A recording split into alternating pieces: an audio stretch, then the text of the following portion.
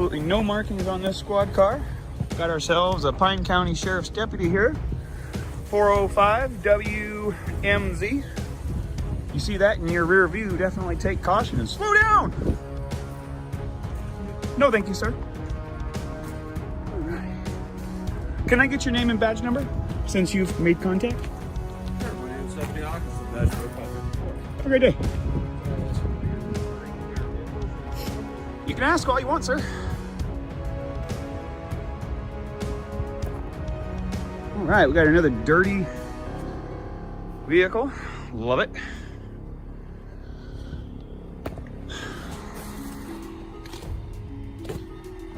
All right.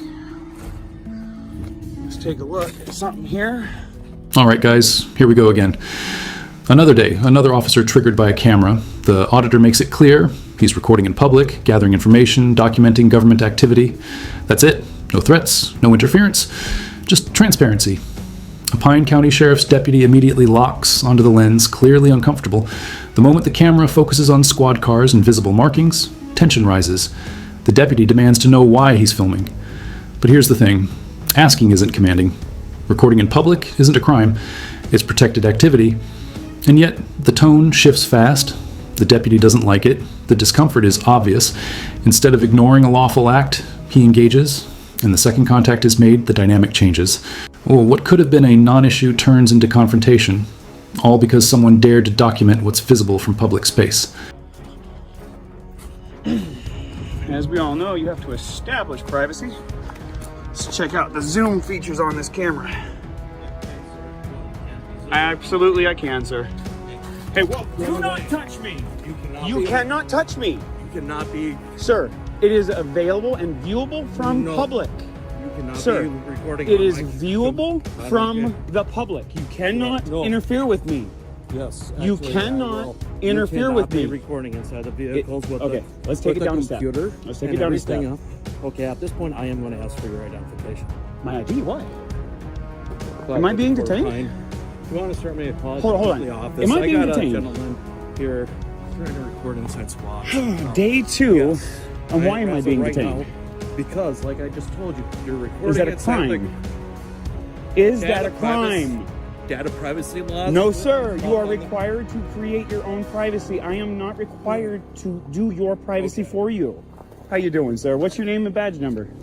Investigator Nygaard. Nice to meet you, sir. I really would like to take the tension down. Let's de-escalate. Now watch this moment closely. The auditor zooms toward a squad computer screen visible from outside. Immediately, the deputy panics.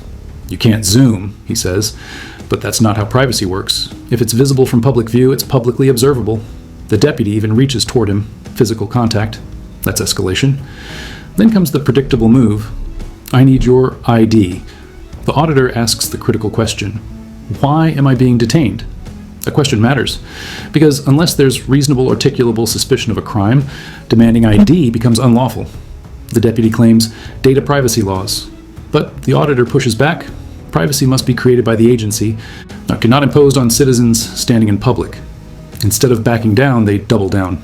And just like that, the camera turns into a full-blown ID fishing expedition. So can I see your ID? No, you cannot. Okay. Not unless you have reasonable, articulable suspicion that I have committed, am committing, or am about to commit a crime, which is a statute or law. Not your feelings, not your policies, nothing about that.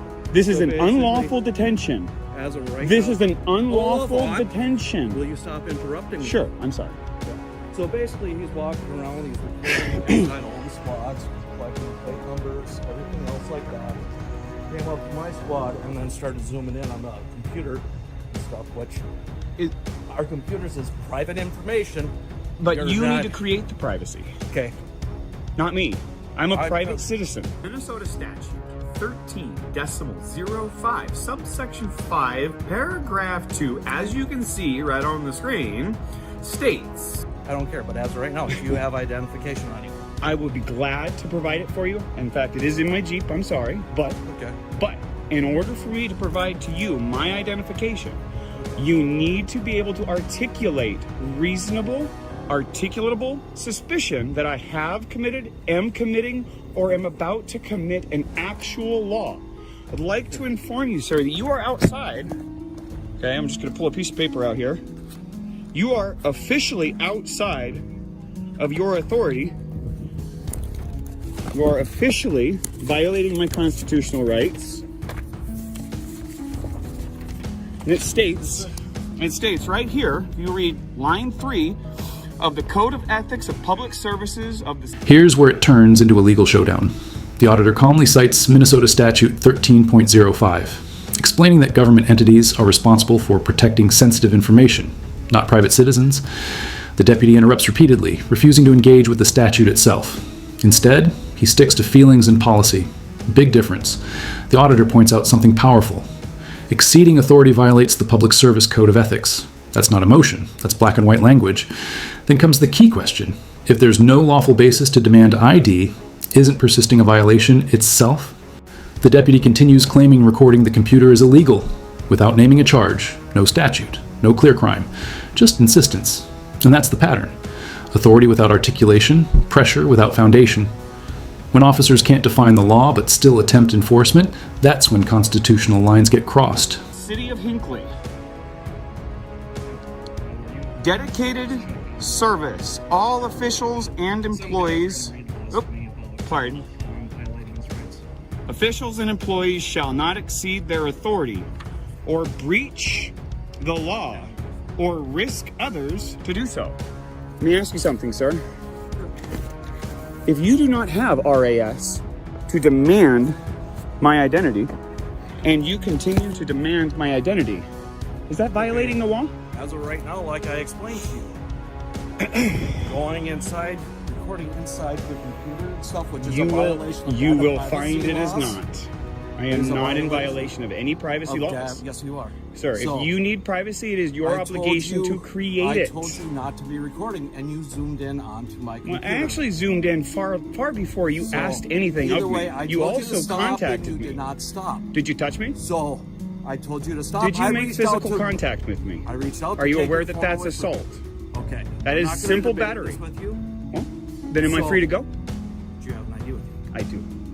Can I Always. see it, please? No, you may not.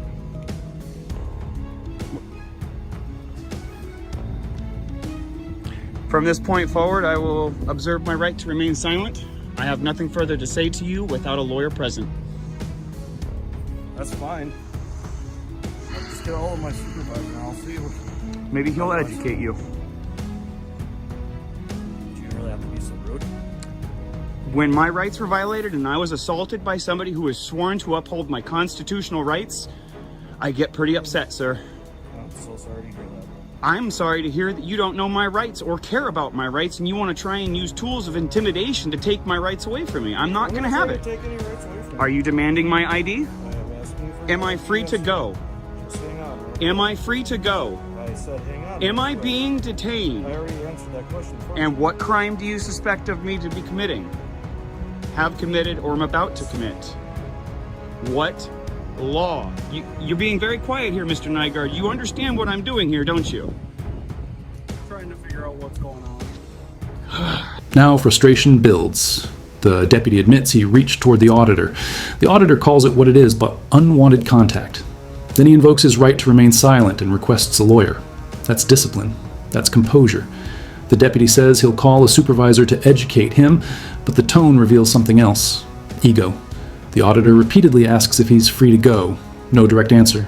That hesitation says everything. If there's no crime, there's no detention, yet officers stall. Another unit arrives. More presence. More authority.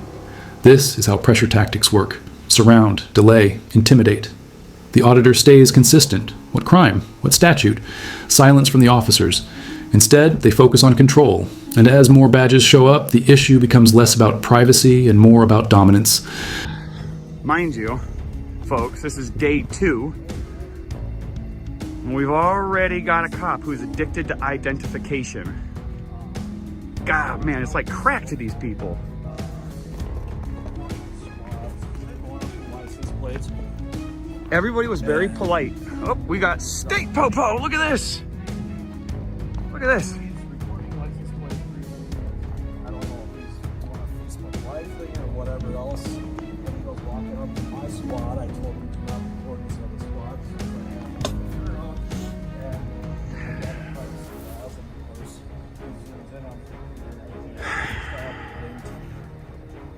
How you doing, ma'am? Away from Doing great, thanks. my window and This is Minnesota here for you, folks. that I'm violating. You asked me a question. Went great. Okay. It went great. Nobody violated my rights. Nobody interfered. By the way, you guys are interfering with my process here. You are interfering with my ability to collect news for public dissemination.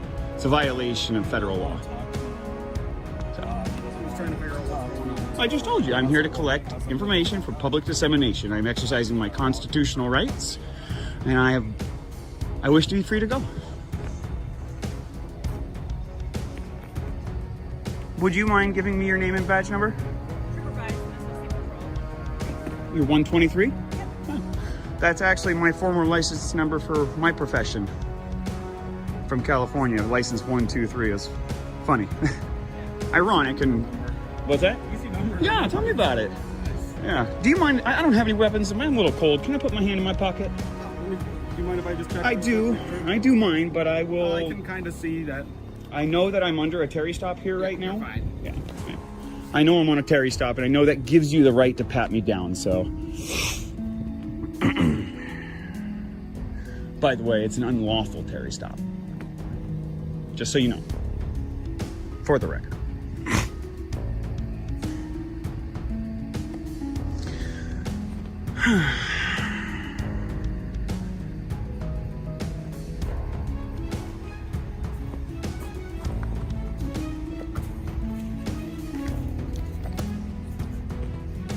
Now we see the classic Terry stop maneuver. They pat him down. He acknowledges what a lawful Terry stop requires. Reasonable suspicion of criminal activity, but again, no crime is clearly articulated, just discomfort with being recorded. The supervisor eventually steps in. And here's the turning point. When pressed, the supervisor admits he can leave the parking lot. That's the crack in the narrative. Because if he's free to leave, he was never lawfully detained to begin with. Free to leave means no legal grounds. The original deputy's authority collapses in real time. All of this, over recording squad cars in public view. The escalation wasn't about safety, it was about control over information. And once that control couldn't be justified, it started to unravel.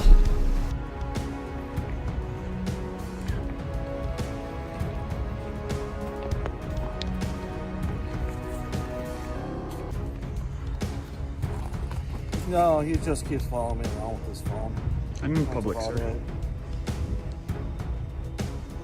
So, C. Hawkinson, Tyrant, in charge. oh, you're coming here? Okay. Alright, yeah, if you want to talk with him. Yeah, look at I wish to be free to go. that. Well, if you want to leave, I wish to be Then- free from your detention, sir. okay, well then you can leave. And here's the bigger picture. The closing message drives it home. Transparency triggers insecurity in some officers. Cameras expose conduct. And instead of embracing accountability, some try to suppress it. The auditor reminds viewers, knowing your rights changes everything. The right to record in public, the right to refuse ID absent reasonable suspicion, the right to remain silent. These aren't privileges, they're protections. Whether you agree with his style or not, one fact stands firm. Recording police in public is legal. And when officers overreach, documentation becomes evidence. This wasn't about privacy. It wasn't about safety. It was about power. And today, that power got challenged, calmly, legally, and on camera.